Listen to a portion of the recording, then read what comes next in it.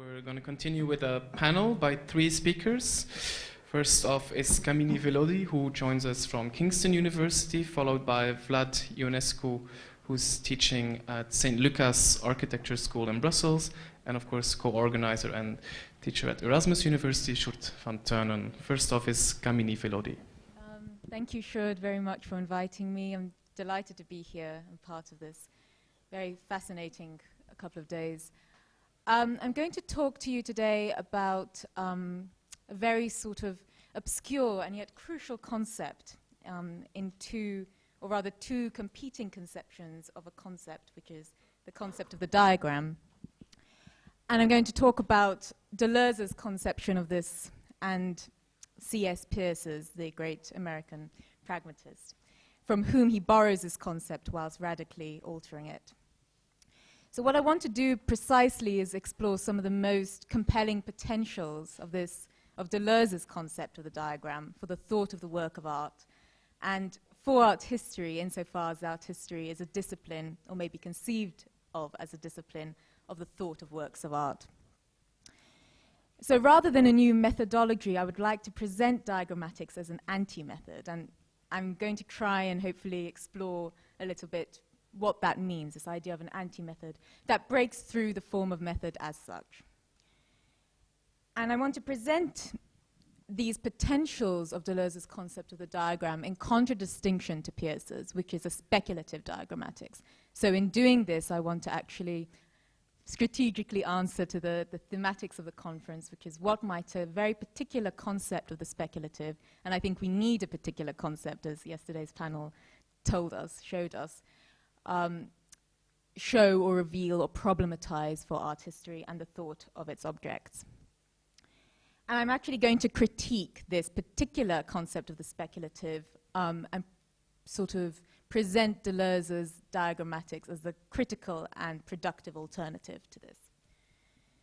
So I want to begin with 2 examples of artistic practice that may serve as analogies of the 2 models of diagrammatic thought that I'm going to present you with. On the one hand, we have Kandinsky, this plan for a composition, and it's very much the idea and the form of the plan and the function of the plan that might serve as an analogy of what Peirce means as a diagram, which is a visual schema of the formal set of relations, which is then experimented on in order to construct the new.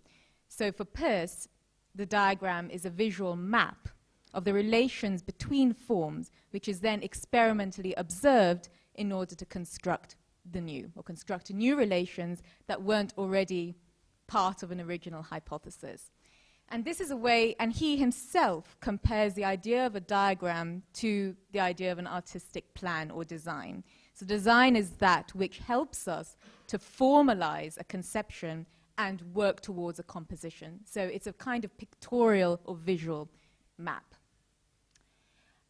And it's very interesting that in Logic of Sensation, which is the text in which Deleuze will critique Kandinsky and his codification of the process of painting, he will present Francis Bacon as the diagrammatic alternative. So for him, it's Francis Bacon who is a diagrammatic painter par excellence, whereas Kandinsky is critiqued for codifying the process of painting, reducing painting to a digital or optical code, which then remains enthralled to the regime of representation and its visual givens.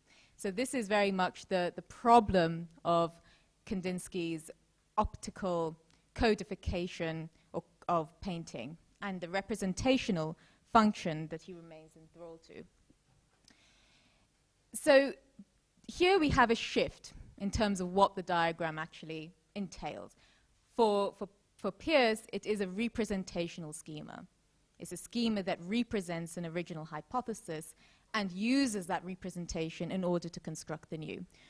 Whereas for Deleuze, it's very much an anti-representational agent of breakthrough, the agent that breaks through the regime of representation, pictorial, optical regime of representation, and actually destroys the visual cliches that are given to painting in advance.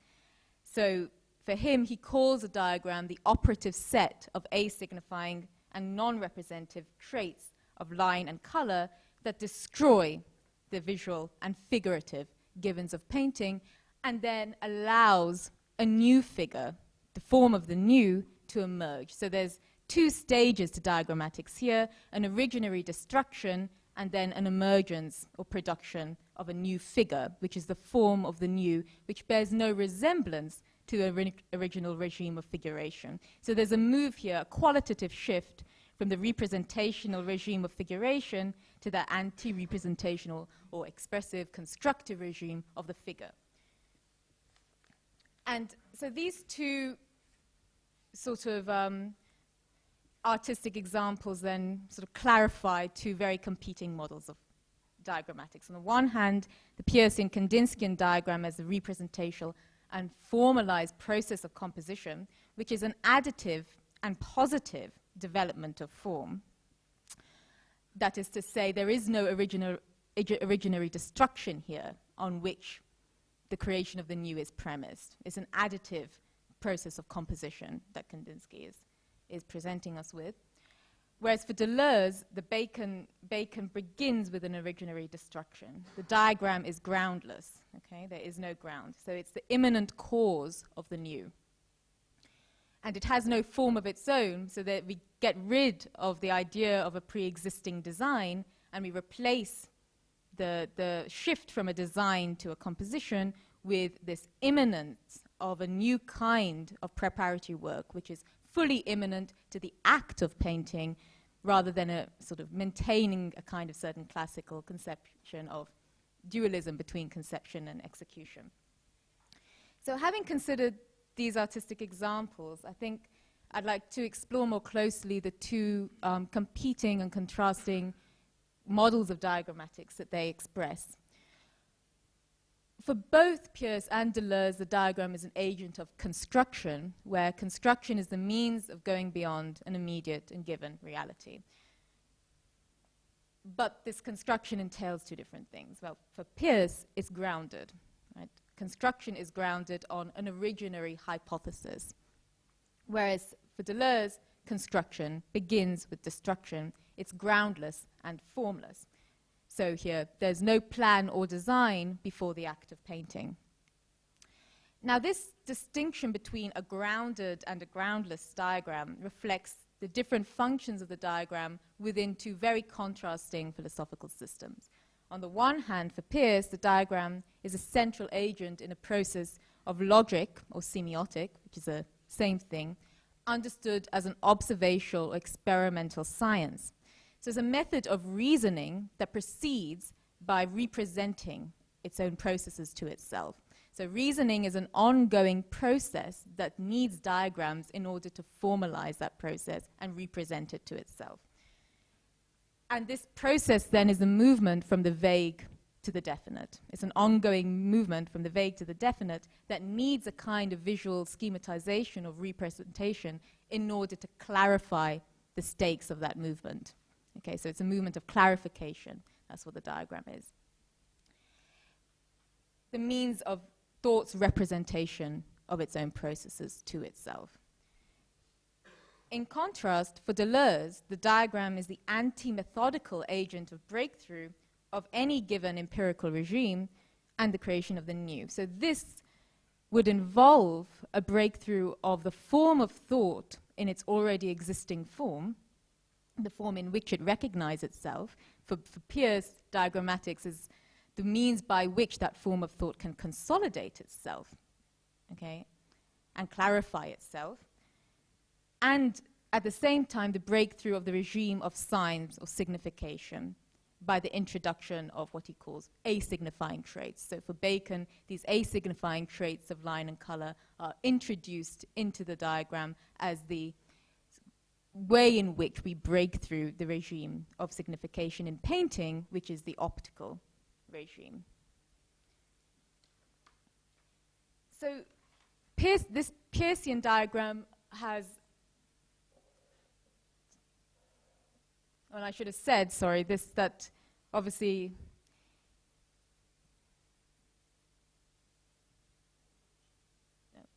leave it there, sorry. So the stages of Peirce's diagram, there are 3 stages. There's an original proposition of a premise or hypothesis, and this is something that thought asserts. There's an assertion. Secondly, there's a construction of a diagram or a mapping of this hypothesis as an iconic representation of that premise. So this is so the diagram is an icon, so it resembles an original hypothesis, and the relation of resemblance is important here. But it resembles it not through a formal resemblance, but through the form of relations. So it's a relational construct that produces a new resemblance through relation, but we still remain grounded on the form of relation of resemblance.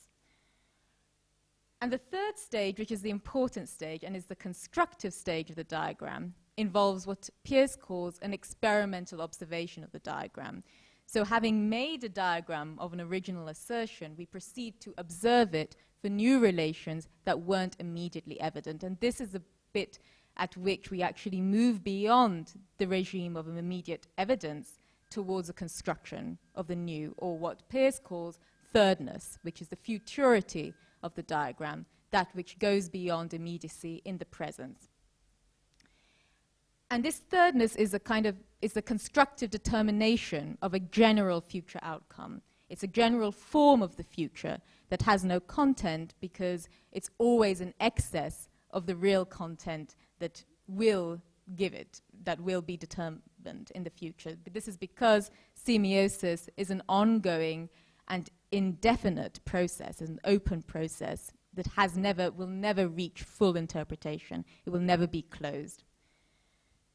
So that's to say the diagram for Peirce is not a one-off moment of construction, because the movement from the vague to the definite requires successive diagrams in order to clarify what the diagram reveals. What does this mean? It means that the process of meaning determination is ongoing, progressive, and evolutionary, okay? And it's a process that requires successive and repeated diagrams that will consolidate the same rather than destroy the regime of signification. So it's through repetition of the same form of the diagram, that a diagram generates laws or rules by which a speculative maybe, which is the premise, okay, this is a speculative maybe, what might be the case, is made into a necessary must be. So it's a movement from the speculative to the necessary that diagrammatics helps us to achieve, which is the movement from the vague to the definite. So the speculative here refers to at least 3 things. Firstly, the conceived or hypothetical, but not yet actual reality. Secondly, the futurity of meaning, because meaning is always futural, but hypothetically attainable, insofar as Peirce posits a final interpretant in a rather Hegelian way that grounds retrospectively the process of meaning determination. And 3, the totality of all meanings that will be thought as the ultimate consensus of a community. So these are the sort of 3 different aspects of the speculative for Peirce. But in addition to that, it's not only a speculative system, it's a speculatively rhetorical system. And he gets this notion from Duns Scotus, where speculative rhetoric refers to the expression of the conditions by which a sign may mean something in the future. So it's actually a process of the revelation of conditioning, the conditioning of signification that constitutes its speculative character. So speculative rhetoric is a science of the conditions of a sign's future effects. And here we can see that, well, there's the sort of latent Kantianism in Peirce's sort of retrieval of a notion of the speculative beyond a kind of wild speculation, beyond possible experience. Here, in order to ground, the speculative is grounded in conditioning that is revealed to us through the process of diagrams. And the diagram reveals these conditions because it generates laws. It generates the laws or rules by which a particular will refer to a general. Okay? So the diagram is a central agent in this speculative rhetoric, insofar as through the repeated experiments that it enacts, it erects laws or rules by which this specific can be made into a general. And it does this through its forceful shape and through the repetition of diagrams as the experimental verification of speculative premise through law. So it's the production of law that conditions the diagram's futurity. It's grounded in law. So what does Deleuze do with this concept of the diagram? Well, he radically revises it. First of all, he strips the diagram of iconicity. So for Deleuze, the diagram is no longer an icon of relations. That means it's not a sign that signifies something original through resemblance. In fact, the diagram proceeds through what he calls non-resembling means. Rather than an icon of relations as a mediating form that operates through resemblance, Deleuze's diagram is a pure agency with no form of its own. So it's a pure matter function, and it cannot be observed empirically. It's a formless map of relations or forces of the A-signifying traits outside what is blocked or overcoded in a regime of signs, and the construction of original interactions between these traits. So here again we have the moment of destruction and construction brought together in what Deleuze will call an abstract machine, or the operation of an abstract machine that brings together or works at the height of abstraction, but the moment at which abstraction becomes real. So this abstraction no longer refers to the formal simplifications of a problem and the formal outline of a given problem, but rather the immanent field of difference, or the intensive field of matter forces that the diagram operates on. So the diagram is not representing an original formal situation or formalizing that situation. And the reality that it constructs is neither given nor ideal, as it is for Peirce. Peirce is obviously ideal, but a construction of a new reality. So here we have the idea of the real as constructed rather than given or ideal, but immanent to a real that is already there. So here we understand the point at which constructivism meets a transcendental empiricism, because there's a raising of the real. Diagrammatics involves a raising of the real to new unthinkable and unlivable coordinates. Unthinkable and unlivable insofar as it cannot be experienced under normal conditions, but only under the exceptional conditions of an encounter with difference. And what can provide this encounter is, for Deleuze, the work of art, but not the work of art as a formal product, but the work of art as a pure being of sensation. So this idea of the diagrammatic work of art involves or hinges on a new ontology of art, which we see in his analysis of Bacon. It's not Bacon, the form of Bacon's paintings, that is at stake in terms of their diagrammaticity, but their operation, experimental operation of breakthrough of the regime of representation. It's their constructivism that works as the sort of a priori of their form that will be received by an art history that makes them diagrammatic. So the work of art as a being of sensation, as an expression of matter forces, and the expression of difference in its differing, provides this encounter, the conditions for an encounter, which is not a normal experience. So this encounter under which we have a raising of the real to the new unlivable and unthinkable coordinates. So I would like to just explore some of the consequences of these two competing conceptions of the diagram for art history. What might a speculative diagrammatics, a Peircean speculative diagrammatics entail? Well, first of all, I think there is already a Peirceanism implicitly at work in art history. That is to say, I think speculative diagrammatics is implicitly at work in the epistemologically orientated continuity of interpretation in art history. whereas Deleuze's diagram is an unexplored potential. So how does this manifest? I want to explore a very precise example in the Tintoretto scholarship here. A Peircean speculative art history would speculate interpretation of the works of a particular artist, say Tintoretto, or possible new aspects of his practice on the basis of what it has already meant or what has already been made intelligible about his work. So in Tintoretto's case, scholarship has built its interpretation on a very sedimented feature of its discourse, which is the motto that was attributed to Tintoretto's work, that painting should be an ideal synthesis of Michelangelo's Disegno and Titian's Colorito.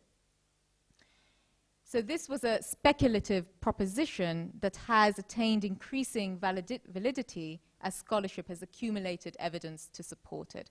So it's an ongoing grounding of future interpretation that marks the horizon of possible discursive statement, if you like, on Tintoretto's work. And this grounding of interpretation and the form of discourse on an already inherited fact manifests in scholarship's consideration of this painting and its curious figure of the saint, which, despite its unorthodoxy, which was symptomatically expressed by its oversight in its own time. I mean, nobody commented on this curious figure. Despite this unorthodoxy, continues to be analyzed through the question of the dual influences of Michelangelo and Titian. So it in this, art history shows its allegiance to the grounding, its self-grounding in a motto, which is part of an inherited structure of interpretation. And so in this case, the influence of the figure of God in Titian's Assumption and the figure of God in Michelangelo's God dividing the waters from the heavens in the Sistine Chapel. So I think this exposes four problematic things. Firstly, art history's detachment of its continuity of discourse and speculated interpretation from the work, from the artwork. Secondly, a grounding of the form of future discourse on what art history already knows of its object. So a future interpretation that will resemble prior interpretations and the accumulated interpretations of art history. And here we have a Peircean conversion of beliefs or hypotheses into habits. So there's a kind of becoming habitual of discourse. So there's almost a habitual recycling of the motto as a kind of a priori of discourse. And here I'm reminded of something that Arnold Hauser says, which I think is quite apt to quote, which is that the meaning that a work assumes for a later generation is the result of the whole range of previous interpretations. There's the idea of a kind of self-grounding of interpretation on what has already been interpreted or made intelligible.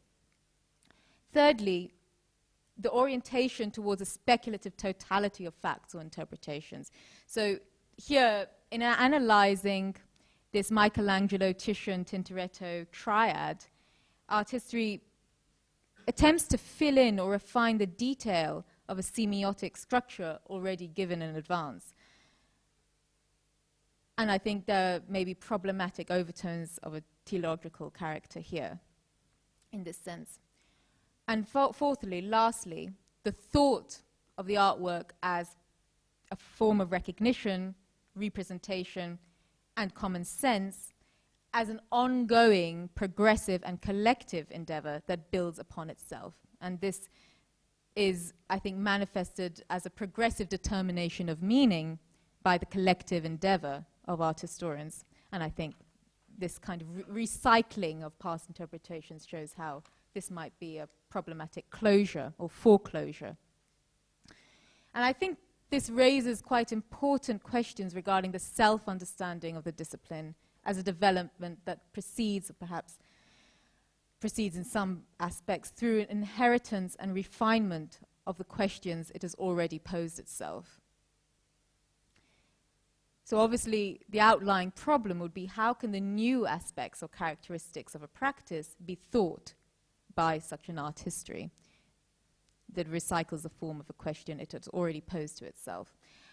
And I'd like to think that the answer might be provided through Deleuze's competing concept of the diagram as a new model for art history's thought of the work of art, disrupting what art history already knows of itself and its continuity of discourse to construct a new anti-methodical thought in the unthought outside of art history's interiorized form of thought. A thought of the work of art in its difference and of that which does not make sense according to art history's given or inherited categories. So in this case, perhaps what does not make sense according to Ridolfi's motto would be one of the ways in which this might be played out. And I think one of the most productive potentials of Deleuze's diagrammatics would be a re-centralization of the work of art and of the question of experience to the idea of the thought of work of art. So rather than having a distant method applied to works of art as received forms, Deleuze's diagrammatics permits a thought of the work of art in its experimental operation of asignification and differing.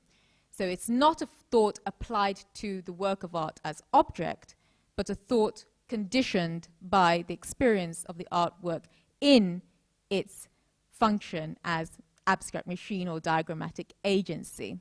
So there's an issue of production and reception here that involves or necessitates two different kinds or models of thought.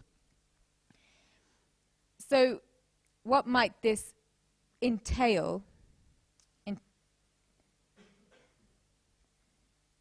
I think in Tintoret's case, this might entail, firstly, the study of those aspects of his practice that exceed the regime of signification as constituted by what has been attributed, the meaning that has been attributed to the form of painting in his time. So what goes beyond painting conventions, and obviously that includes the way in which Ridolfi's motto had framed those conventions. So here is an aspect of his work that art history has actually found quite difficult to think because of its unintelligibility or excess of intelligibility to these interpretive and discursive structures, including that motto. And these are these very strange, electrified figures that are a recurring aspect of his work. Now, insofar as the diagram activates, and this is a quote, the power of repetition as a machinic force rather than the repetition of the same. There's a new concept of repetition. It would involve the study of the returns of an artistic practice beyond its historical time and beyond reconstructed lineage as affirmation of difference.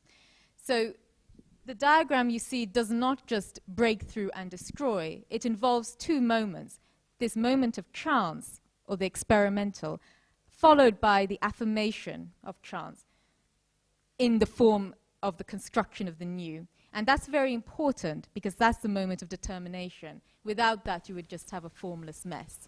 Right? You wouldn't have anything produced. And this is the way in which return, or the concept of return, actually functions for Deleuze. It's that which affirms an originary difference, or the sort of groundlessness that the diagram produces. Kamini, I think if you could close up, that would be good. Thank you. So this is how I think we might problematize the idea of a diagrammatic return. Rather than the repetition of the formal motif of the baptism, right, the sort of repetition of the same or the return of the same that we see in Adam Alzheimer's work, which obviously borrows from Tintoretto's Baptism of Christ, painted 10 years earlier.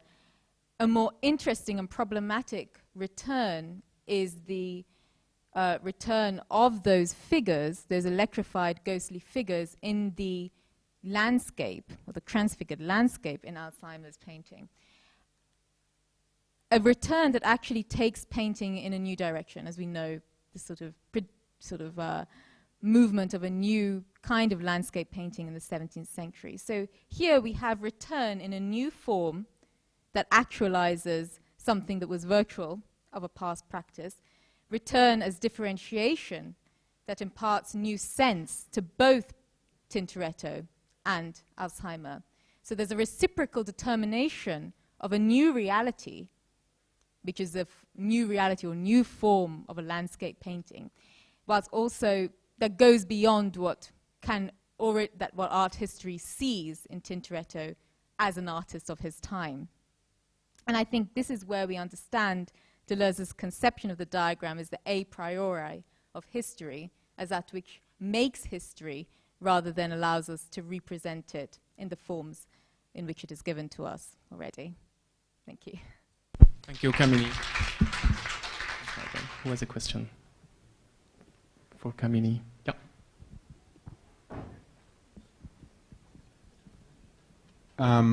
Yeah, thanks for your really interesting presentation.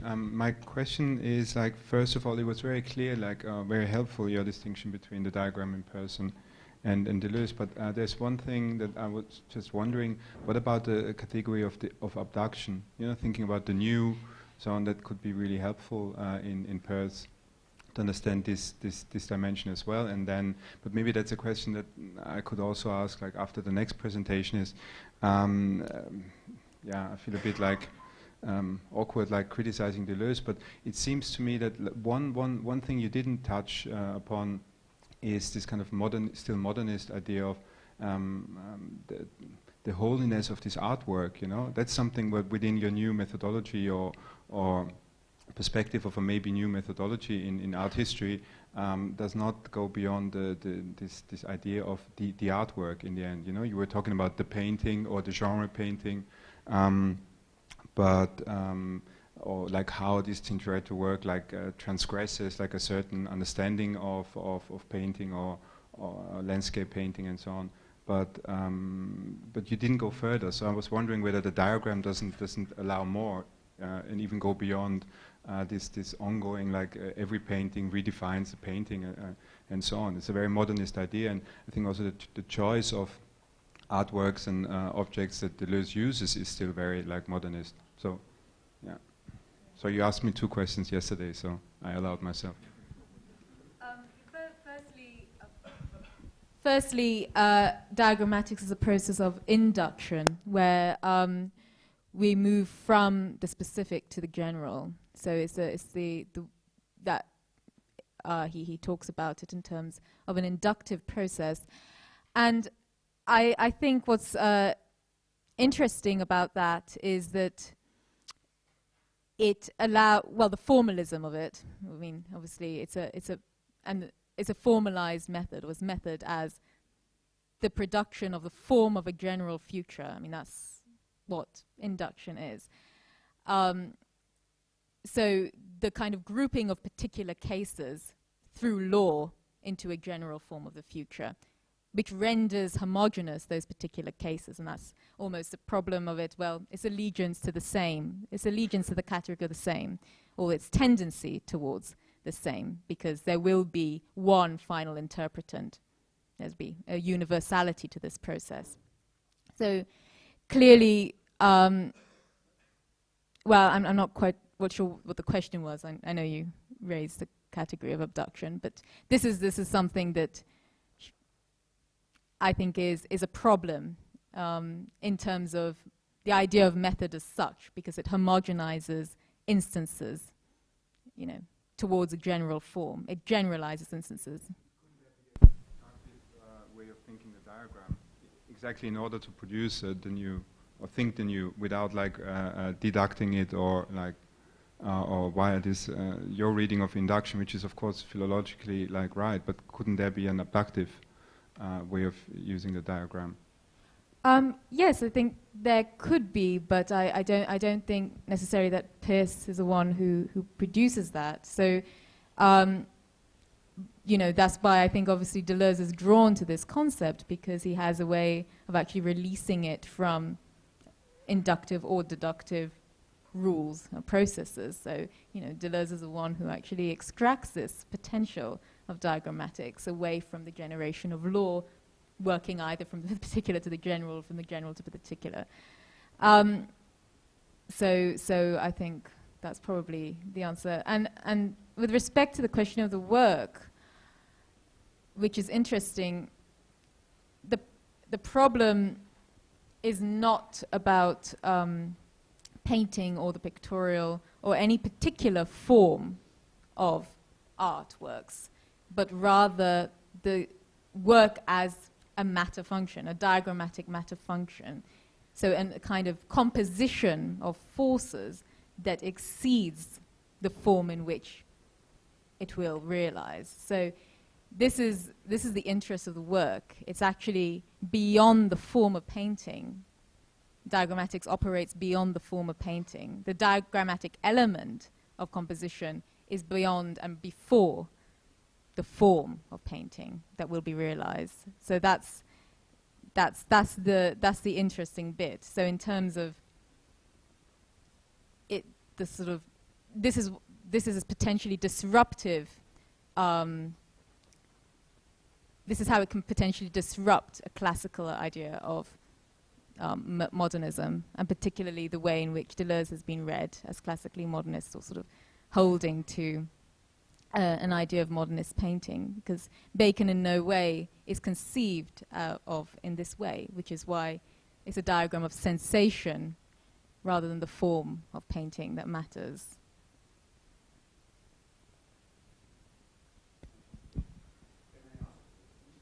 Yeah, just so we have a discussion, I say one more thing. But like, I was just wondering why then again, you know, like he develops that in a book on one painter, you know, it's always traced back to like the author or the painter, you know.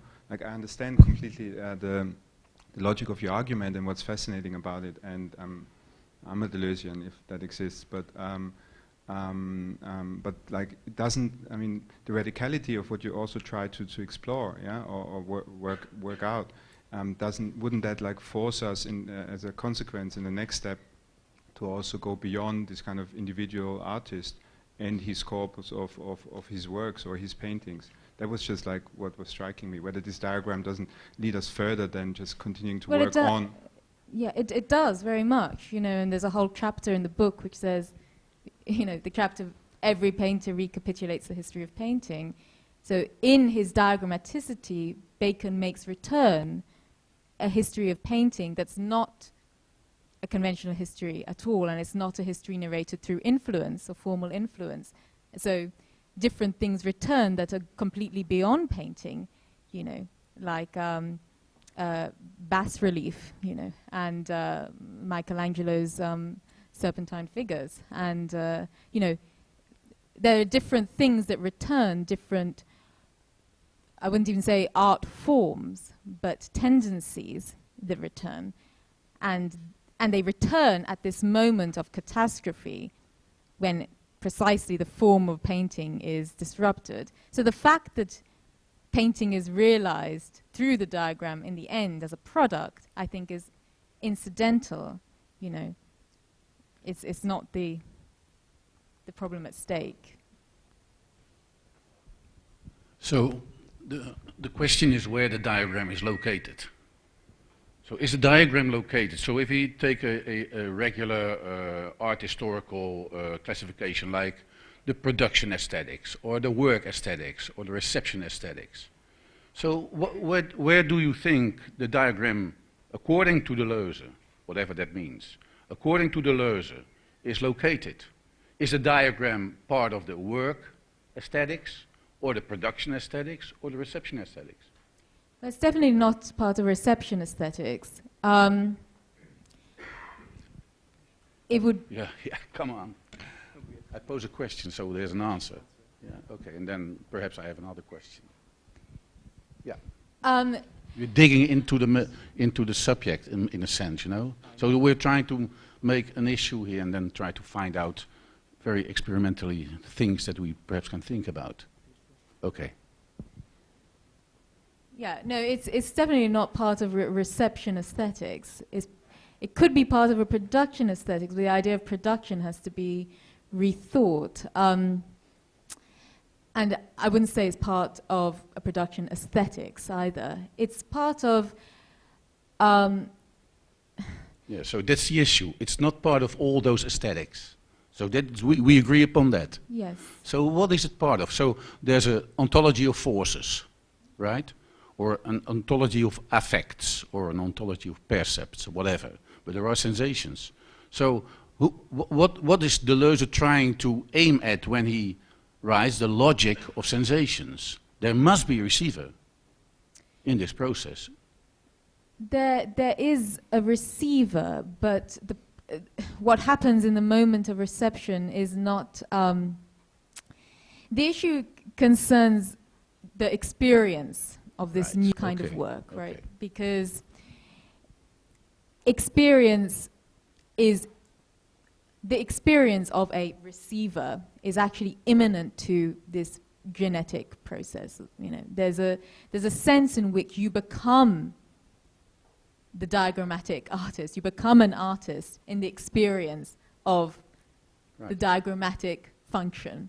So this is what he means by the artwork as conditioning thought, because rather than being the object for a thought or something to be received or perceived, you know, the idea of a conditioning is important here because...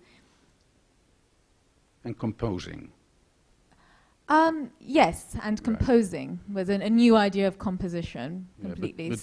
But it's not a composition of the work, it's a composition of the forces that make the work not coming into being, but becoming again and again and again and again. So in a way, that's where history disappears, and art history. Yes. Okay. Well, no, the question, history would disappear as the history of a succession of forms to be received by a subject. That's the way in which history would be overturned by this idea of return as the imminent thought experience of works of art in their genesis or in their becoming, their transhistorical becoming. Yeah.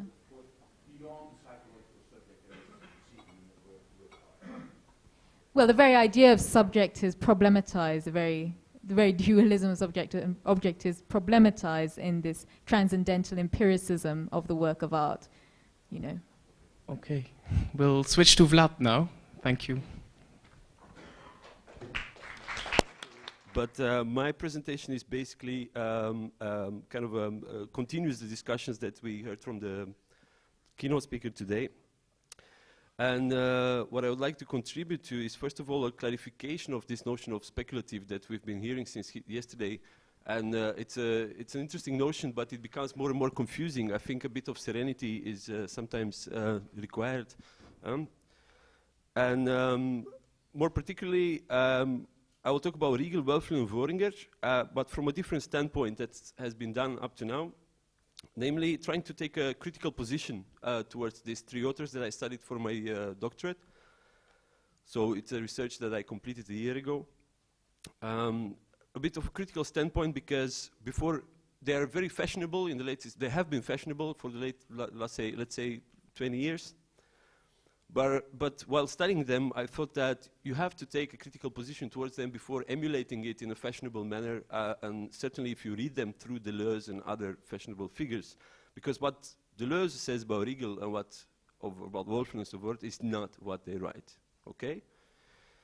So I will talk about the rigorous and the vague, and explain a bit the position of these three art historians from a contemporary perspective.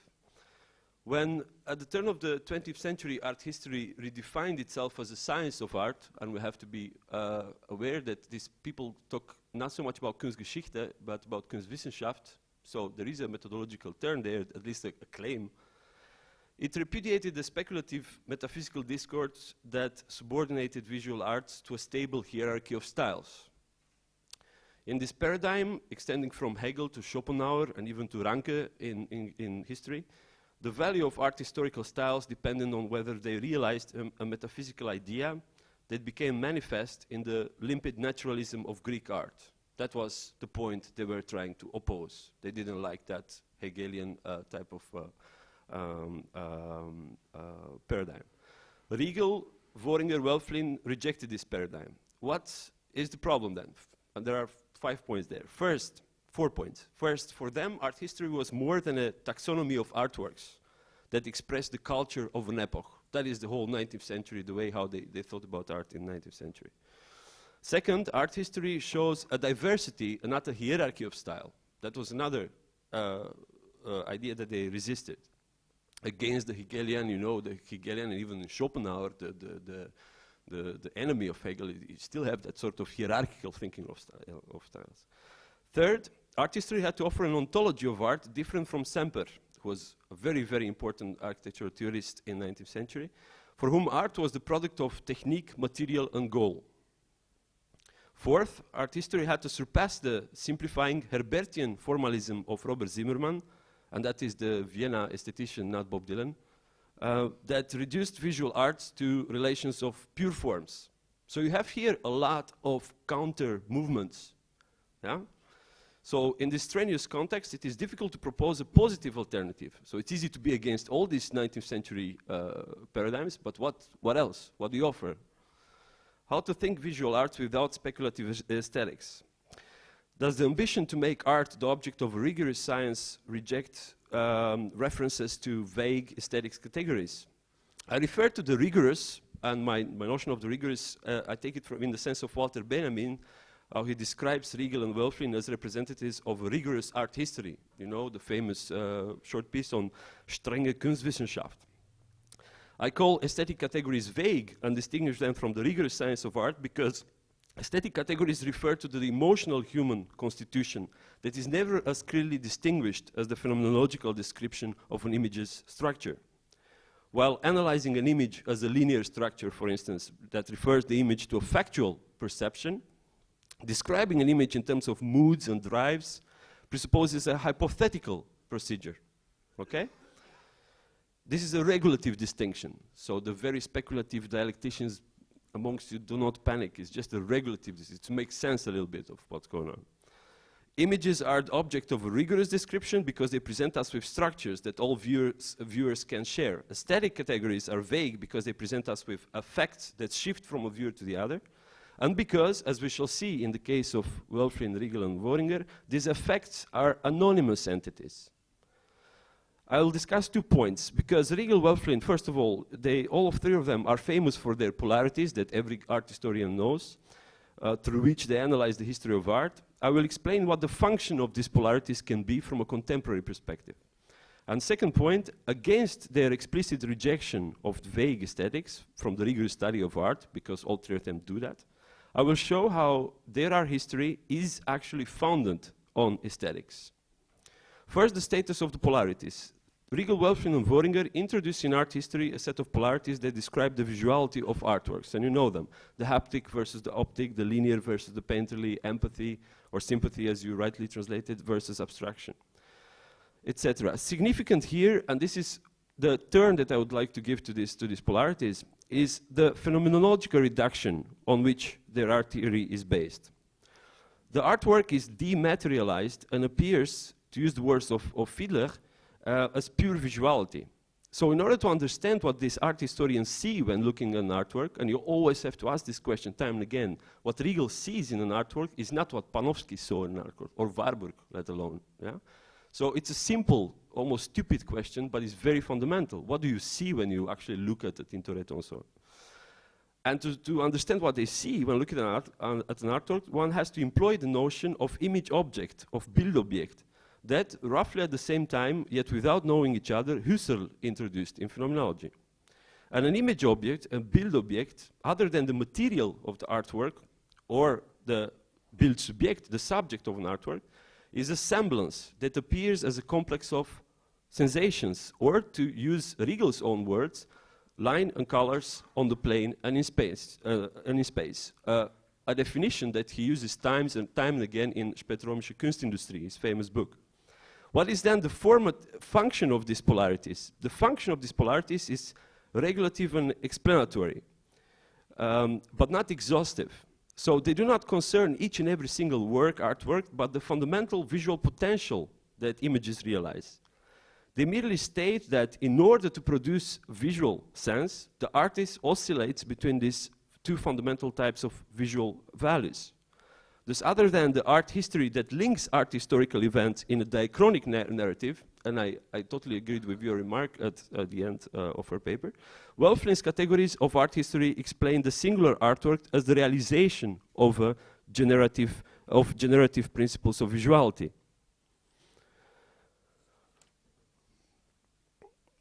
All right. So in this paradigm, the actual historical event, Botticelli's Venus, is subordinated to a virtual structure, the linear, what he calls the linear Renaissance, as opposed to the painterly Baroque.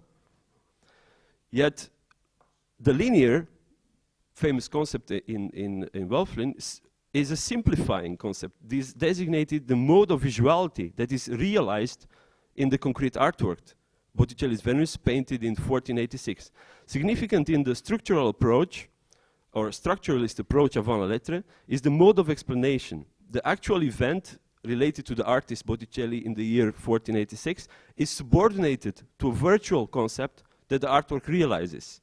In the case of Wölfflin, Botticelli's Venus realizes a linear potentiality while differentiating it from the painterly potentiality.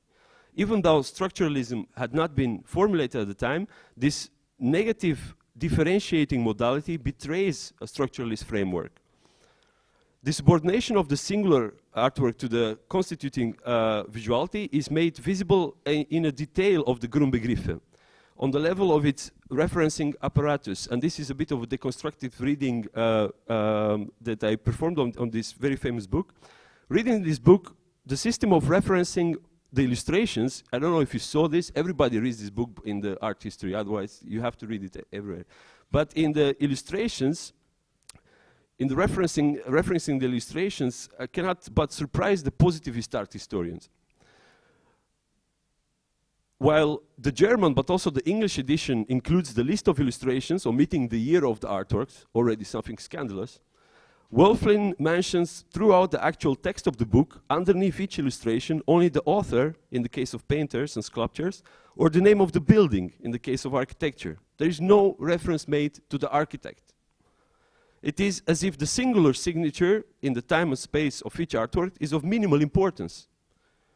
The reader sees the illustrations, but artworks are presented as if their precise location is less important than their formative principles. And if through these formative principles, I kind of understand the same kind of a Peircean diagram.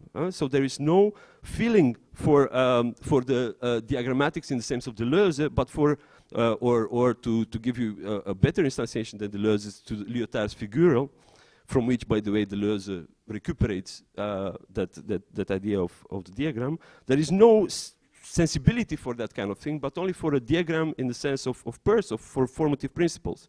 Concretely, look at this. Sant'Andrea della Valle is viewed awkwardly from the left side. You see it on page 77 in Wölfflin's book, even though Wölfflin wrote a whole book, by the way, I don't know if you know, about how to photograph works of art.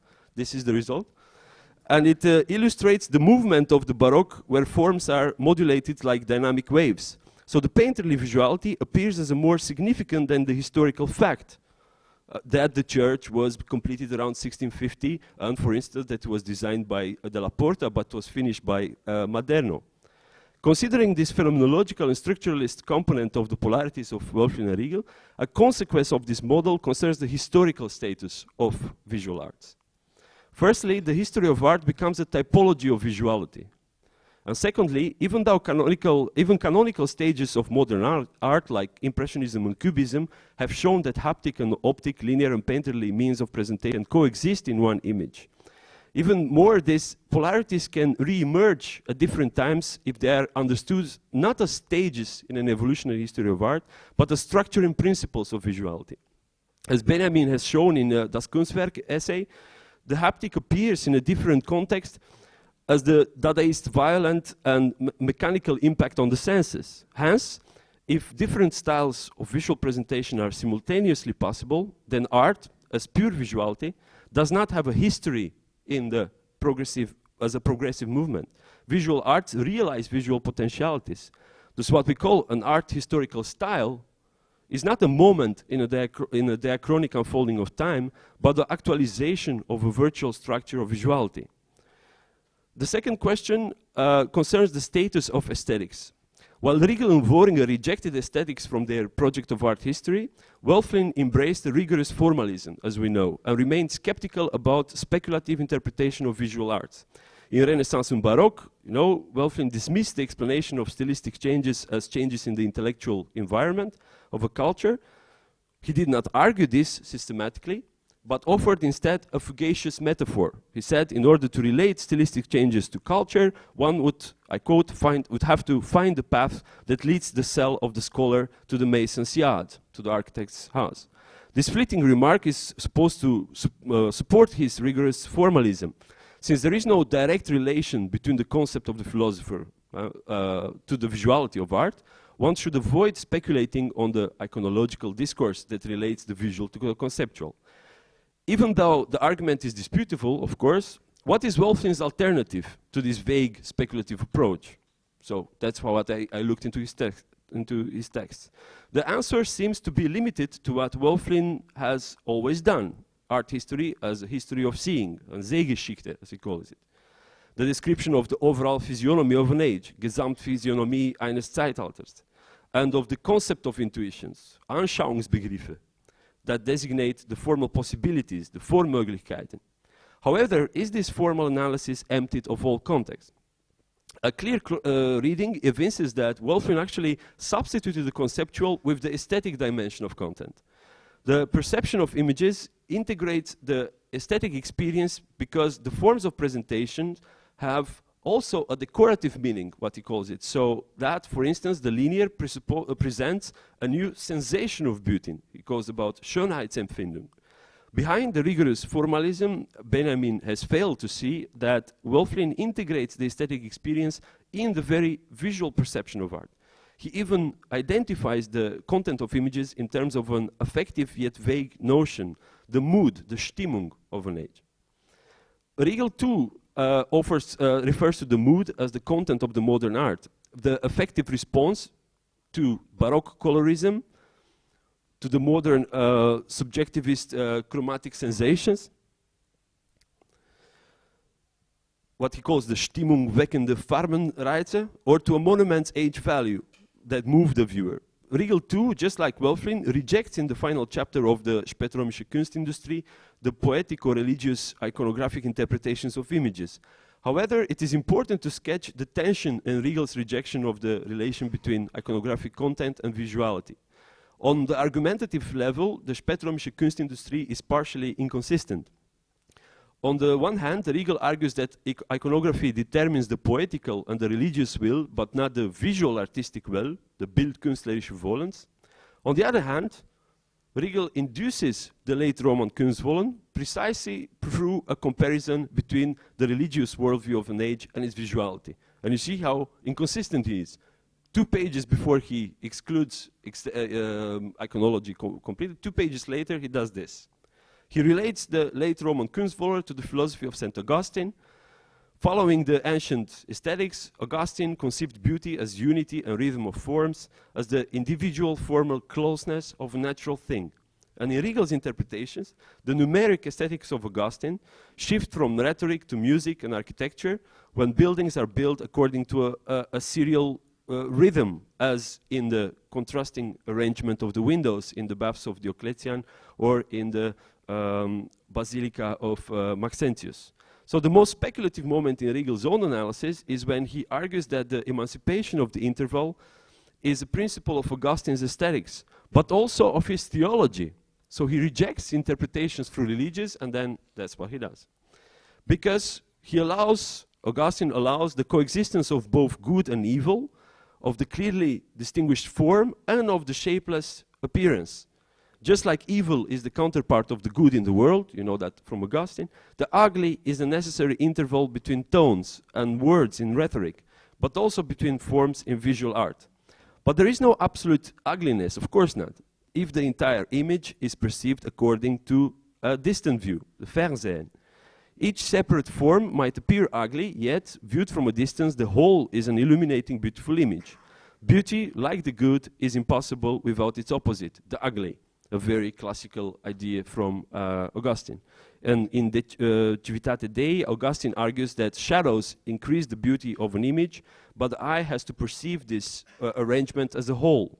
The world is beautiful even though there are sinners that, if taken individually, disturb its order. Why the world cannot be ugly for Augustine? Very simple theological idea, because if you do that, then God's creation has faults, and that's impossible, blah, blah. Riegl's descriptions of the late Roman Kunstwollen overcomes the rigorous formalism. So it is an iconological approach founded on what we call in semiotics, a semi-symbolic semiotics that homologates the visual with the conceptual, relating from a formal perspective only heterogeneous domains. And that's probably what we can offer as an alternative, a bit serene definition of what we're talking when we talk about speculation. Further, Riegl claims that the Kunstwollen is an alternative to the vague metaphysical speculations, since it is founded on a rigorous positivism. And in Natuurwerk and Kunstwerk, Riegl presents positivism as a paradigm that concentrates solely on what is given. But is this notion free of metaphysics or of an aesthetic content? Riegl's understanding of positivism is at least peculiar because he argues that when applied to art history, positivism conceives artworks as the product of an artistic drive, a Triebe. But can a metaphysical principle function as something positively given? The notion follows the same structure as Freud's notion of drive, because both include two dimensions. They represent a motion that exteriorizes an inner force.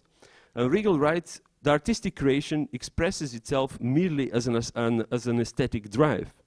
Yet, to argue first that positivism in art history avoids the vagueness of philosophical speculations in order to focus on what is given, and secondly, that what is given is a drive, is to replace one metaphysic with another. However, the element that Riegl's readers neglect is the fact that this notion explains the creative act as essentially an aesthetic act. Placing desire at the core of the creative act has aesthetic implications because, as Riegl formulates it, the creative act strives towards the, I quote, satisfactory formations or befriedende Gestaltung of the world. And Riegl describes this fulfillment in terms of Kantian aesthetic pleasure, Wohlgefallen. He uses Wohlgefallen the whole time. And in the manuscripts from 1900, for instance, he writes, the artistic purpose is the sensuous appearance of the work, aside from any purpose, shall be liked, soll gefallen. This ontological definition of the creative act presupposes that, regardless of temporal or cultural context, humanity desires the fulfillment of an immanent aesthetic drive. And Riegl projects thus on an artistic consciousness onto epochs that did not have a distinct conception of art. That is not an innocent movement. In this generic definition, the Renaissance is equally creative as the ancient Egypt. Both actualize this Kunstwollen. Yet this projection is justified by the fact that artistic creativity does not require a consciousness of art, of what art is, but the satisfaction, the Wohlgefallen, the pleasure of an aesthetic drive. Art is immanent to humanity and can be realized unconsciously too. The ornamentations on a primitive dagger have no practical need, he writes. They realize only an immanent artistic drive. Nevertheless, this is a Kantian position. Regardless of an institutional or ontological explanation of art, humanity is a priori able to enjoy visual creations. That's basically his argument. So in the opening lines of the Grammatik, what does he write? Riegl argues that aesthetics is a ruin. It's a bit speculative what he writes here in the sense of indistinct, undistinguishable, a bit rhetoric, paroxystic, hysterical even. He writes that aesthetics is a ruin and it is blamed because it did not include all historical discoveries in its original blueprint of a science of art. In order to strengthen the fundament of this science, as he compares the science of art with a building, with an architecture, structure, specialized investigations, Spezialuntersuchungen, followed. Yet the disadvantage is that now this building, the science of art, lacks connective corners, so that it resembles a ruin. Aesthetics cannot help, because she's dead, he writes. He writes literally, she's dead. But her right to existence, 2 lines further, haar Existenzberechtigung, lies rooted in the history of art. So the rigorous history of art vindicated the vague ghost of aesthetics, a revenant haunting the philosophy auditoria only. Yet it is this revenant, aesthetics, the aesthetic experience, that returns as the foundation of Riegel's rigorous science of art. After all, does not Riegl justify artistic creation through the Kunstwollen that seeks aesthetic satisfaction, aesthetic fulfillment? So due to this narrow understanding of aesthetics, he fails to see that in his own grammatic, art history is the outcome of a primordial aesthetic sensibility. Thus, without the aesthetic fulfillment, there are no artworks, only artifacts. However, the point is not to subordinate art history to aesthetics, just as it is naive to subordinate aesthetics to art history. That's not my point. The idea is that the education that the discoveries of art history provides aims both at the augmentation of a factual knowledge and at the expansion of the aesthetic sensibility. Without the extension of the aesthetic sensibility, there is no need for that factual knowledge. Sorry, and this, Vlad, yeah, I have to round out. so we have to be the bad cop. Okay, just have a bit patient, a little bit patient, yeah. And this is exactly what Riegl does in Spätrömische Kunstindustrie. The architectonic, art industrial, and sculptural artifacts introduce their beholder to a new feeling of space. That's what Benjamin said. This means that art history for Riegl has the duty to expand the aesthetic sensibility of mankind. And Worringer too argues that aesthetics limits visual arts to a psychology of the classical artistic sensitivity. So the criticism is the same. And in fact, Worringer doesn't do anything than to emulate Riegl's arguments, including his concept of the Kunstwollen. But his terminology regarding abstraction, as a counterpart of Einfühlung, confirms the hypothesis that the aesthetic pleasure is included regardless of the age of art. Under the regime of abstraction, people have, what he says, an immense need for tranquility, ein ungeheures Ruhebedürfnis, provided by geometrical abstract forms that bring about happiness, Beglückung. Even though they determine 2 generic types of art, the promise of happiness characterizes both empathy and abstraction. And that's a really weak point in his book. Nevertheless, the aesthetic experience, in the case of abstraction, is closer to the experience of the sublime, as you just said in the beginning.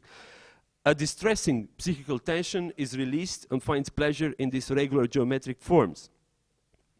Hence, to conclude, against the dissatisfaction with this conception of aesthetics, the rigorous history of art is founded on vague aesthetics categories, like the mood, the Lebensgefühl, the vital feeling, or the drive to abstraction.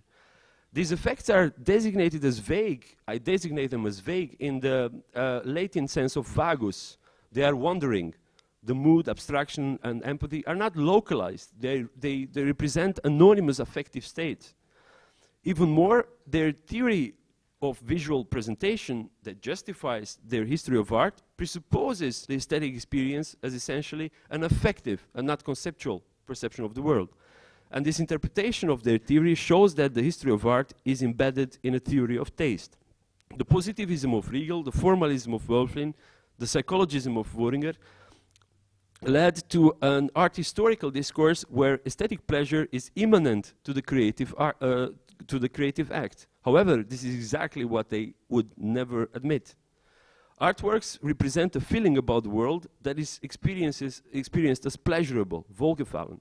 Hence, the alternative to the rejected classicist aesthetics is an art history embedded in a pathematology, because images become carriers of anonymous effects. With Riegl, Wölfflin, and Worringer, the rigorous science of art determines the image as the realization of vague effects. Thank you.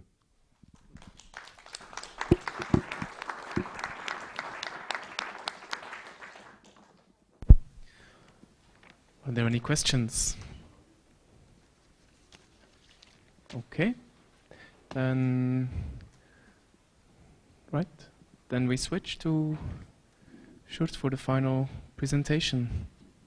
I think we will be cutting lunch short, but I hope you aren't too hungry.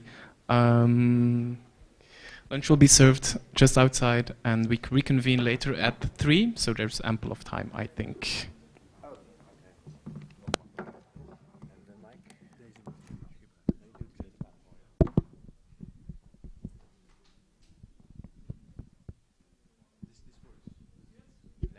But this one does. Okay. Just making sure. No questions, second thoughts for Vlad's talk? Just anyone had a pressing question? All right. Kerstin, one. A short one, please. Yeah, thank you very much. Regarding the mood, for Regal, the mood is not a category applicable to all art or to all things you can see in art, but it's a category which goes together with modernity. So it's a special, it's this kind of Anschauungsform that you have, that is historically linked, precisely linked to the modern times. And I would say as well that most of these categories of this Anschauungsform, the psychological laws they find, are so there's they try to, Riegl and Wölfflin try to combine what the psychological task of the Einfühlungsästhetik understands universally, so emotions are of the mankind all the time the same, and they try to combine it with the historical view of art. So it's a kind of mélange between sorry, and universality. Yeah, a short answer is that you're right, but why does then he relates the Stimmung to the modern art, but also to the Baroque? Just as Worringer relates the Abstraktionstriebe to primitive art and to Gothic art, and then later to Expressionism. Sorry, but there are hundreds of years in between. So in this sense, it's not, well, I accept what they do, but it's not a rigorous sign of rigorous science, you see. I mean, the categories remain more generative and generative of types of visual art, and certainly vague. But by vague, I do not mean something pejorative. To the contrary, I think that it is the weakness, but also the strength of art, that it has these types of vague aesthetic experiences. But my answer is this, very shortly, is you're right, it relates to the modern, but also to the Baroque. So how positivist are you there when you just move through history like this? I think the feeling in the Baroque is another kind of feeling. Mood is really related to modern art. It's a kind. It is the outcome of the knowledge of contingency, and so. But we can discuss this also later. Just sure not, but Wölfflin in Renaissance and Baroque, Wölfflin discusses the Baroque also in terms of Stimmung. That's already a big difference. All right. I'm afraid we have to go on, although I'm I'm myself the one who's going to speak, but yeah. Otherwise we won't have time for lunch. My talk is going to be called The Serpentine Life, a Speculative Reading of Mannerist Art Theory. It could have been called the Deleuzian reading, I suppose, as well. Mannerism, with its connotation of cheap pastiche and excessive stylization in the margins of a greater and more classical style, seems to be light years away from Deleuze, and nevertheless, far from being the sign of impotence in the face of true creativity.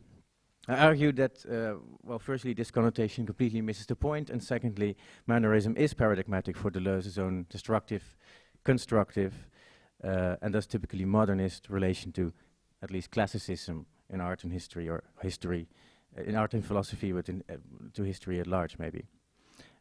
Just like the Baroque, but with even greater force, Mannerism confronts the problem, quote, in what conditions does the objective world allow for a subjective production of novelty, that is, of creation? If Mannerism nonetheless differs from the Baroque, this is because its solution is not the same. For while Mannerism constitutes the aesthetic potential of the Baroque in itself is more adequately defined by its social and religious function. In other words, and here I agree with Arnold Hauser, whom was mentioned by Kamini as well, I see the fold of the Baroque proposed by Deleuze as the operative unity of the Baroque, as paradigmatic for the ex cathedra compromises of the Counter-Reformation with the uncertainties and flexibilities of the Mannerist world. My intention is therefore to detach Mannerism from Deleuze's reading of Leibniz and the Baroque in order to give it a consistency of its own. And in this way, my aim is to demonstrate that Mannerism is in many ways an immediate precursor to 20th century modernism, while Deleuze's own modernist allegiance contains very few neo-Baroque but all the more neo-Mannerist tendencies, so it's going to be a rather intricate story. And one of the issues that I've encountered along the way is the problem of movement in art, which also was thematized by Lars, of course. In many ways, I agree with Deleuze that movement is the test for art as much as for philosophy. For both, we have to answer the question whether they create a real movement or merely a representation of it. It is a question that pertains especially to Mannerism and the Baroque, since although on the one hand they are styles that are still dominated by classical figuration and narration, on the other hand they also introduce all sorts of distortions, exaggerations and deformations. In a nutshell, I see Mannerism and Baroque as attempts within representation to present the unpresentable, to make the invisible visible, to render the infinite in some finite material. But the question remains, are they merely sensational and metaphorical images that are meant to move us by generating an illusion of movement, and this could be called the correlationist understanding of sensation, or are they capable of metamorphosing sensation itself by making it stand on its own in a new inhuman composition, as was discussed previously also by Kamini. Now, Deleuze himself is convinced that the Baroque world, and like I said, this includes for him Mannerism, is a world of infinite movement from which art extracts and composes its forms. The essence of Baroque art is the folding of forces and thus of forms in movement instead of forms representing movement. Matter that reveals its texture becomes raw material, just as form that reveals its folds becomes force, Deleuze writes. And hence, in the Baroque, the coupling of material force is what replaces matter and form. And the same definition he will later also give for modernism. Thus it is only in the Baroque that the fold exceeds the replication of contours of a finite body and becomes itself constitutive of form instead of being a mere attribute of something that is folded. The fold is therefore the manual and haptic element that conditions the Baroque work of art. It's diagram, if you want. The work of art refers to an infinite sequence of aberrant manners of folding that are virtually caught up in a wider, abstract movement. Hence Deleuze writes, the object is manneristic, not essentializing. It becomes an event. Now, by contrast, Lars Spuybroek argues that the Baroque, and we've heard this before now, despite its veneration of the sensuality of the living flesh and its voluptuous folds, is nothing, I quote Lars, nothing but an obtrusive form of classicism in which all ornament is subordinated to abstract structure. For while the Gothic rip proceeds from movement to structure and from variation to differentiation, the Baroque fold proceeds in the opposite direction, from structure to movement, adding variation to what is already differentiated, and therefore never really emancipate itself from the classical unity of matter and form. After all the folding and bending of columns, beams and pedestals in Baroque architecture doesn't change their interrelations at all, since the massive structure that organizes them stays the same. In other words, while in the Gothic ornament itself becomes structural, in the Baroque we merely find straight lines related by curved ornaments. The latter give us the impression that structures are themselves produced in movement, but it is merely a design as if they are moving. Thus, while the Gothic is more than a fancy adding on of ribs and ornament to smooth Romanesque columns, the continuity and smoothness of the Baroque merely hides a structure which is already in place and which it remains parasitical. Now, it's not going to be my aim to pursue this contrast between the Gothic and the Baroque much further. It would be possible to demonstrate that Deleuze's treatment of the infinite fold of the Baroque is deeply indebted to Willem Worringer's conception of the northern line, of which the free proliferating curves express an anorganic life that constantly changes its face and adapts to the materials at hand. And for this reason, at one point, Spuybroek rightly refers to Deleuze as the last proponent of the Gothic. Yet, this doesn't alter the fact that the difference between the Gothic and the Baroque, even from a Deleuzean perspective, would be that, unlike the northern line, The fold merely establishes relations between materials whose life has already been organized in one form or another. For as Deleuze knew well, it is a poor recipe for producing monsters to accumulate heteroclite determinations or to overdetermine the animal. It is better to raise up the ground and dissolve the form. The problem with Archimboldo that you see here is that here the fold is a kind of compromise with Aristotelianism. Life is indeed everywhere, but it must be shown that it is always well-founded and smoothly organized. Every fish, says Leibniz, is like a pond full of fish ad infinitum. We constantly move from the abstract to the concrete, to the abstract to the concrete. For while the means of movement is the abstract fold, what it folds is always, it's always aimed at the concrete, that is the organism. Now, the proposition that I would like to put to the test instead is that the difference between Mannerism and the Baroque can be made in a somewhat analogous way as that between the Gothic and the Baroque. Even if the Baroque brings all movement back to some spectacular and theatrical sensuality, then in Mannerism we still find a much more abstract or inorganic joy. Although it would be hard-pressed to prove this in the fields which Spijbroek sees as preparing the advent of modernism, that is ornamental design and architecture. I do think that it is for this reason that the Mannerist fine arts of painting and sculpture, or even Mannerist literature and music, I'm thinking of Gesualdo's chromaticisms, that these too have been regarded as direct precursors to modernist currents such as expressionism or surrealism, but that's a different story. And in order to develop this proposition, I would like to return to the Mannerist ideal of beauty as movement. Or this is what it means when the ground rises up to the surface, as Deleuze says, which is his alternative for just accumulating heteroclite determinations. And the ground has to rise up to the surface. This is how you produce a monster. I would like to return to the Mannerist ideal of beauty as movement, such as it was reflected by the many Mannerist artists themselves. And we find the most paradigmatic statement in Giovanni Paolo Lomazzo's treatise on the art of painting, where he writes, it is reported that Michelangelo upon a time gave this observation to his student, that he should always make a figure pyramidal, serpent-like, and multiplied by 1, 2, and 3. In which precept, in my opinion, the whole mystery of the art consists. For the greatest grace and life that a picture can have is that it expresses motion, which the painters call the spirit of a picture. Now, there's no form so fit to express this motion as that of the flame of fire. In other words, the aim of painting is to come alive by expressing motion, and its most appropriate means to do so is the famous figura serpentinata, with its alternation of convex and concave forms, where the radius jumps from inside to outside and vice versa, thus creating a typically spiraling effect. Some art historians have related the serpentine figure to the psychological qualities of unease, unnaturalness, eccentricity, and ambiguity that apparently characterized the Mannerist mentality. What you see here is a second cartoon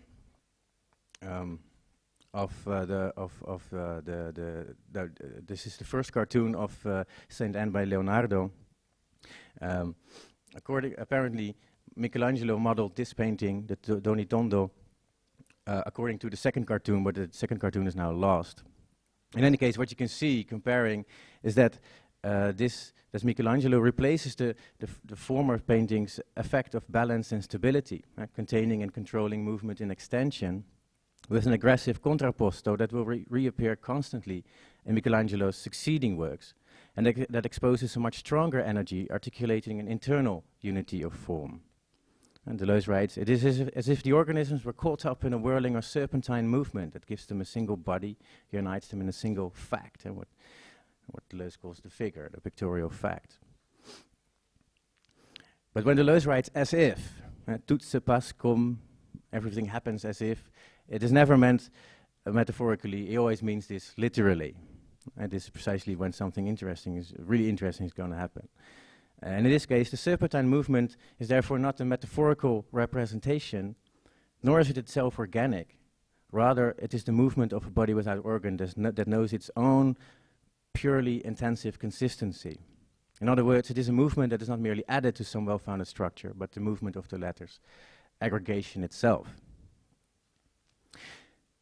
Yet, if the Serpentine figure as ideal of fine art is a Mannerist invention, it is by no means restricted to the 16th century. Approximately 1 century after Lomatso, William Hogarth would similarly argue that since it is based on the human form, the Serpentine line has the power of super-adding grace to beauty. Beauty, of course, derives from the waving line, the model for which is the proportions of the female body. Grace is added when the line waves and winds at the same time in different ways and dimensions in continuous variation, thus putting the body in a complicated and constricting posture. Only the Serpentine line is therefore the line of grace, a line that cannot be drawn on two-dimensional paper, but is best represented by, a quote of Hogarth, a fine wire properly twisted around the elegant and varied figure of a cone. The cone uniting the pyramid with the curves of the line of beauty and with the dimensionality of the line of grace. And in fact, with the Baroque, the curvilinear or serpentine execution of forms would be further developed into a horn or a cone that bends, twists and splits, as in the cornucopia or the seashell. In Bernini's Lumaca fountain, we can easily recognize why Hogarth was particularly interested in the genesis of surface purely through serpentine lines. But already in Mannerism is the serpentine line less the wire that is merely twisted around the cone than the genetic movement that determines the cone's living form. With Giordano Bruno, I would like to argue that the serpentine line is the very spirit or the soul of the cone. The soul, Bruno writes, is an internal force that shapes itself from the inside, like a snail, its form being a living art. And thus we see that the serpentine line as a line of grace maps an internal movement or an event, yet it is not necessarily its representation. It's not the form of some pre-structured content, but what folds form and content into an inextricable living whole. And now in this anti-classical sense, the Serpentine figure is not only crucial to Neoplatonism of Lomatso, Bruno, or the empiricism of Hogarth, but also 2 centuries later to the empiricism of Ravesson, Bergson, Dewey, only to reappear again in Merleau-Ponty and in Deleuze. In his discussion of Ravesson, for example, Bergson argues that the work of art is held together by some kind of generative soul in which he equates with its charm or with its style. And indeed there's a whole metaphysics or whole spiritualism implied in the movement of the hand that traces the curves of life. We'll skip the quote in order to save some time. Commenting on Leonardo, Ravesson argues that what individuates a thing is a serpentine line, or rather the rhythm of its undulations. Contrary to a contour line, it is an abstract line, the genetic line, says Paul Klee, that forms a sufficient reason for the existence of the whole.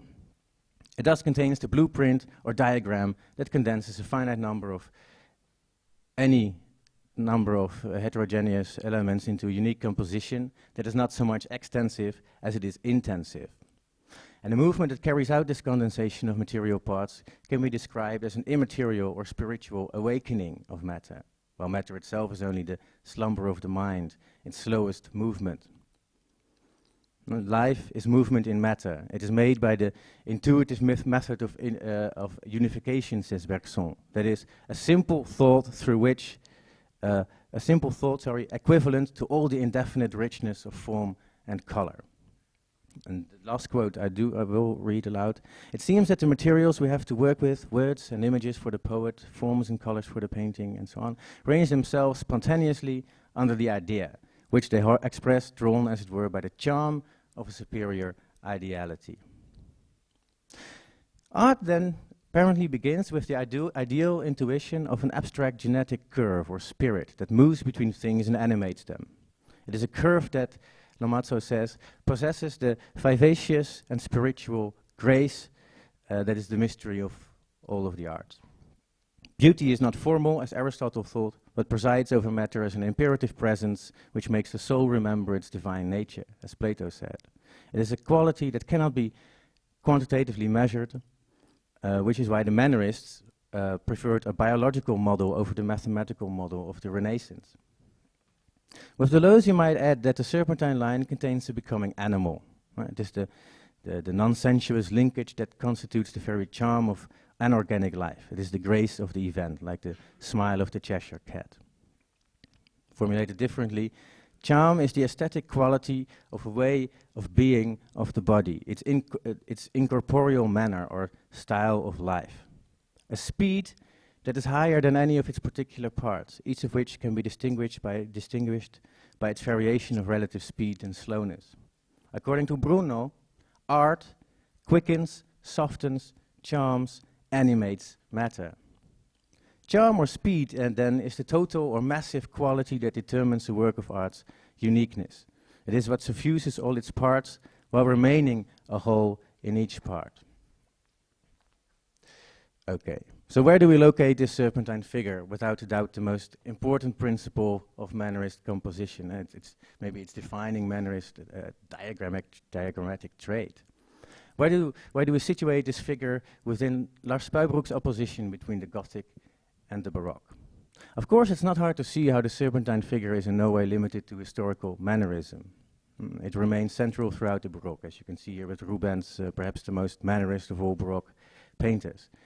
And in Gothic art, we also discover a use of the serpentine figure, at least of Hogarth's line of beauty, the S-curve, which is of course also already found in antiquity, which actually raises the question whether it belongs to art history at all. In Gothic ornament, however, the S-curve never stands on its own. Like the rib, the true abstract proto-element of Gothic curvilinearity, it is always in need of configuration. And we never leave the line behind, but at the same time the serpentine line must be nested in various ways of interconnection with other lines. Whereas the Baroque work of art comes about by the addition of folds, the Gothic work of art becomes by the aggregation of ribs, and for this reason the changefulness of the Gothic line is unsurpassable. But didn't we say the same of the Mannerist figure, that it comes about by aggregation? The point I would like to make then is that while Mannerist fine arts certainly don't arrive at the free aggregation of lines of Gothic ornament, based as they are on the proportional variation of the single body, rather than configural variation, as Lars said before, they also lack, or do not yet possess, the continuity and smoothness of the Baroque. Rather, in the passage from Mannerism to the Baroque, the serpentine line loses its abstract force and becomes subordinate to the structural unity of the Baroque theatre of nature and art. That is, the world as it is composed by God in its pre-established harmony.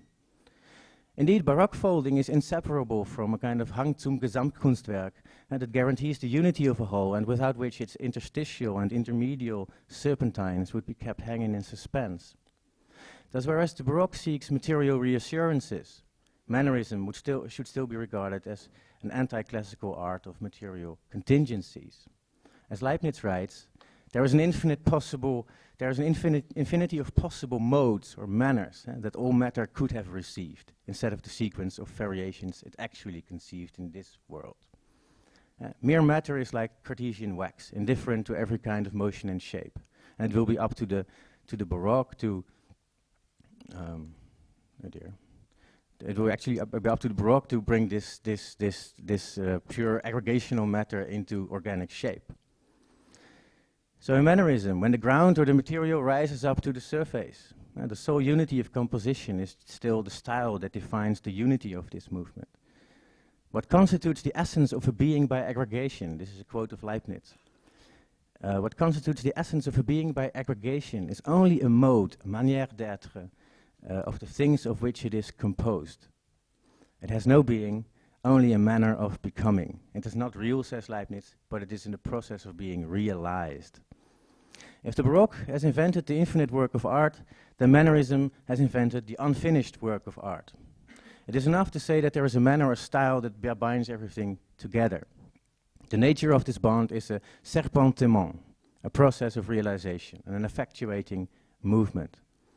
Merleau-Ponty's concept of the ontogenetic serpentement is wrongly translated into English as sinuous outline, since this turns the event back into a form, while we should rather read it analogously to the concept of agencement in Deleuze and Guattari.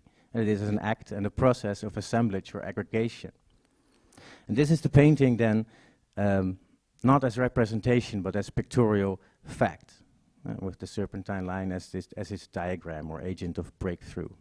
Hence Deleuze's comment, in the history of art, it was perhaps Michelangelo who made us grasp the existence of such a fact most forcefully. What we call fact is first of all the fact that several forms may actually be included in one and the same figure, indissolubly caught up in a kind of serpentine, like so many necessary accidents continually mounting on top of one another. I will conclude with a question to Lars, I suppose. But it's going to be, yeah, or a hypothesis, I don't know, we'll see. As you write, assemblage theory, so the theory of agencements is a theory of non-smooth holes, right? Whereas the Baroque creates smooth holes, the Gothic, the rib is a smooth thing, but it aggregates in the forms of heaps by jerks and jolts, right? So maybe we can make a distinction with William James between concatenated union of the Gothic versus the union of total conflux that we find in the Baroque. I was wondering if we can't say about Mannerism that it is still, the Mannerist serpentine figure is still this movement of concatenated union, so to speak. It is this concatenated stringing of non-smooth parts, basically. And this would be as well how Deleuze will define style or speed. Style, manner, speed is to be caught up in a becoming that is not a development or an evolution. It's not a continuous, it's not a smooth movement. Thank you.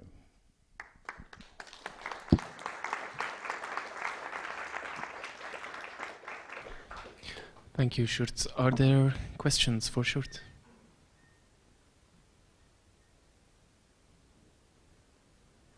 I feel like I need to wait longer. No? Yes?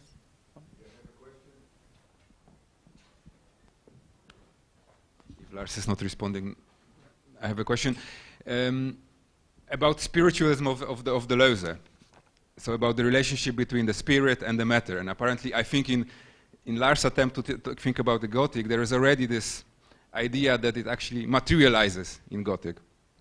While in Baroque and then in Deleuze, there is this whole problem of how the spirit, the spiritual dimension actually actualizes and how it leads to a development of a new structure. And so do you think this kind of critique is possible? I mean, there's a political question behind it, actually. So is it possible? Is it in Mannerism? Is it there somehow? This kind of potential that is there in Gothic, you know? That is what I've tried to argue for, of course. That all these concepts of charm and style and grace. I remember this one passage when Deleuze describes what happens when Foucault enters the room. He talks about the charm of Foucault and that everything changes quality. That's like the whole configuration of affects changes in quality the moment this happens. It's Stimmung, okay. Yeah. So, so in this sense, you can see it everywhere, I suppose. Yeah.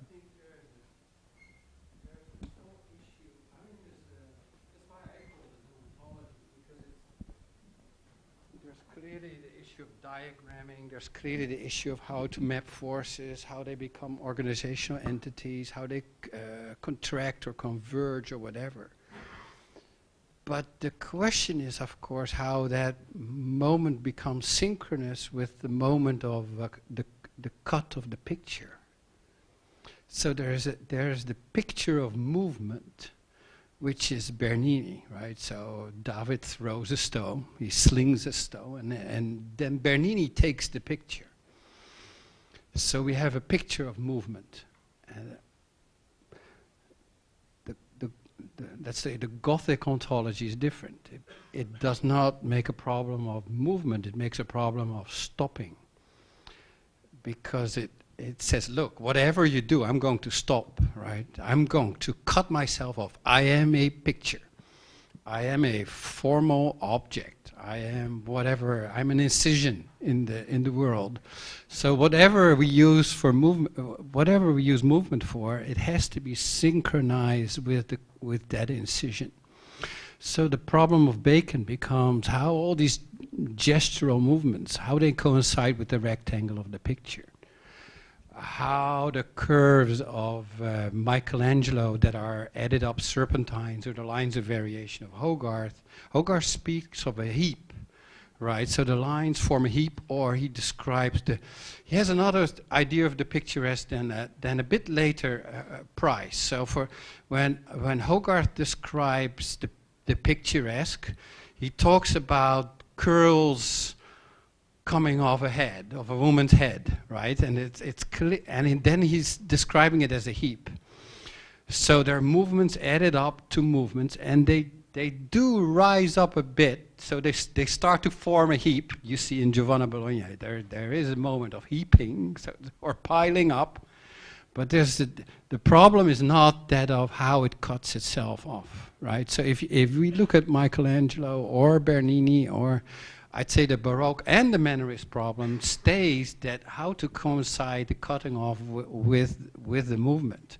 So and that's, I think that's why the Gothic seemingly is obsessed by the stiffness of standing, right? Because there's this ridiculous tension in the Gothic. I mean, you cannot overdo it more than in the Gothic, right? Any dancer will tell you how difficult it is to stand, right? This is like the most difficult movement on stage is that stopping. You see the muscles vibrate, and there's this, they can hardly stand. If you see a dancer standing on stage, it's like, oh, could I just move? So the problem is not to coincide movement with the picture, but to actually have them make synchronous. I think that's the Gothic axiety, right? Is where that movement is actually used to cut itself off, which is quite different, right? It's quite different. No, but I think it's precisely a critique of an idea of the synchronous, and a potential for a new temporality or model of time, actually. Temporality of the artwork, that Mannerism, modernism, the concept of the diagrammatic, that it's beyond the framing question, so beyond the pictorial, which is why the diagram is not anything to do with the pictorial, or even with painting, or with any form at all. And I guess with the figura serpentina, it's just the idea of forces that kind of exceed and therefore cause a tension with the apparently static form in which it results in. So and it's precisely this kind of becoming or dynamism of force that I think disrupts the idea of the synchronous work. I think that's its radicality. Yeah, if I can just add to that, I think it's a good point, and it seems as if as soon as you don't talk or think departing from ornament, but from the classical fine arts, so from finite works of art, basically, that are recognizable as such, that you end up always in a kind of, well, from the Gothic perspective, in a kind of asymptotic approximation of this tipping point where movement and stoppage kind of coincide, or the act and stoppage kind of coincide in the let's say the sheer nunc stans of a posture or something. So yes, the problem is different in this sense. But what I'm wondering is if it's what my argument is, you get the rest for free. So there is a theater that the theater is given. The theater of Mannerism, the theater, it is a theater, because you cannot have movement without the as if in the Baroque or Mannerist concept. You cannot have it without the as if. But then, would you agree with Worringer, who would say that if the Gothic is an implementation of the derived abstraction, that he describes as precisely the implementation of points of rest? That's a tension. That's a bit of a tension. For Worringer is very literal about it. He says that precisely the primitive man is anxious about the movement in the world. There is constant movement in the world. That's kind of his kitchen anthropology that he makes there. And then he implements all those geometric forms, all that pure geometry is in fact determined by a drive of stopping. movement. So. One last point. This is what constitutes a kind of return of Mannerism in modernism, or this sort of conjunction across a history that separates them because of first of all, a renewed idea of a temporality of art, of the artwork, but also a kind of, and it links to the idea of spirit, because when Deleuze talks about Bacon and the return of the Egyptian will to art, okay, there's an idea of spirit being that force, that which wills in the Nietzschean sense, that wills a return, which wills affirmation, and that affirmation constitutes this new ontology of the modern that breaks away the historical categories of that allow the thinking of the figura serpentinata as a form in time, in historical time.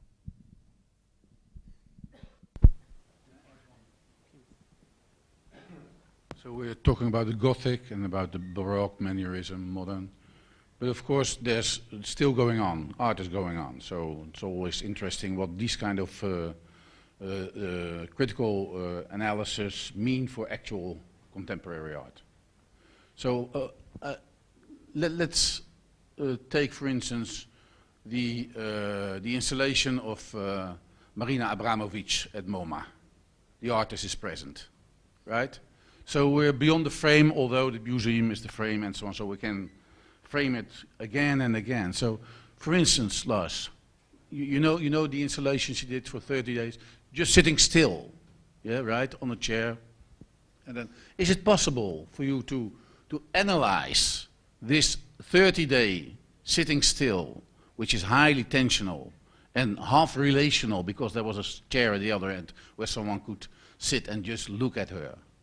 Would it be possible, or are you so rigid that you only want to talk about Gothic when it's Gothic? Okay, so it's that rigid. But it's only interesting for me when those analyses are productive in a sense. I'm coming from art and architecture, so I want to... No, you are an ex-architect. Yeah, that's right. why I want to stay away from it, you see. So I don't want to bend and sort of point back and open up and say, well, this is how we could do art or architecture. Because every time like, in my book, I start to, like, tend toward, like, the design, Right. cut it off. Yeah. So I think that's really important. Try to cut it. So you were just talking about Gothic. Well, I'm talking about a fine machine, so... Okay, so, It's called the right. digital Gothic, so whatever. But then you can extrapolate what you're writing about Gothic. I'm not doing that. No, you're not doing that, that's right. So it's up to us to do it. Hank, Okay. Hank, I think there is an alternative to that, because if you read these very classicizing texts like of polarities of linear and painterly that were limited somehow to up and beginning 20th century, relatively, you can still extrapolate them and read them in a different sense and say, for instance, Abramovich, let's say, work of art there, problematizes the question of time, of the duration. But that is also a central concept that, for instance, can be read in Wölfflin's painterly of the Baroque has a different temporality for him than the classical. There is a question of continuity in the Baroque, whereas in the classical it's a question of marking the discontinuity, for instance. Clear, simple polarity. And of course, by rereading those concepts in a contemporary context, that is possible, but then we wouldn't have to take visuality, the visual as central, but the temporal. You see, That's for all this, for Ruskin, Worringer, and blah blah blah, they were all interested in what I determined as a build object. It's a phenomenological object. They were busy with a perception to which they emulated an emotional experience. Whereas contemporary art, I think, is much more makes abstraction more and more. It has made it more and more of the visual as such, as an apart entity, as a distinct entity. As we are now busy with haptic and tactile, So that's exactly what you were doing when you talk about the tensional movement in the Gothic. I didn't make a visual. No, not visual, but haptic. You called it Einfühlung. No, I talked about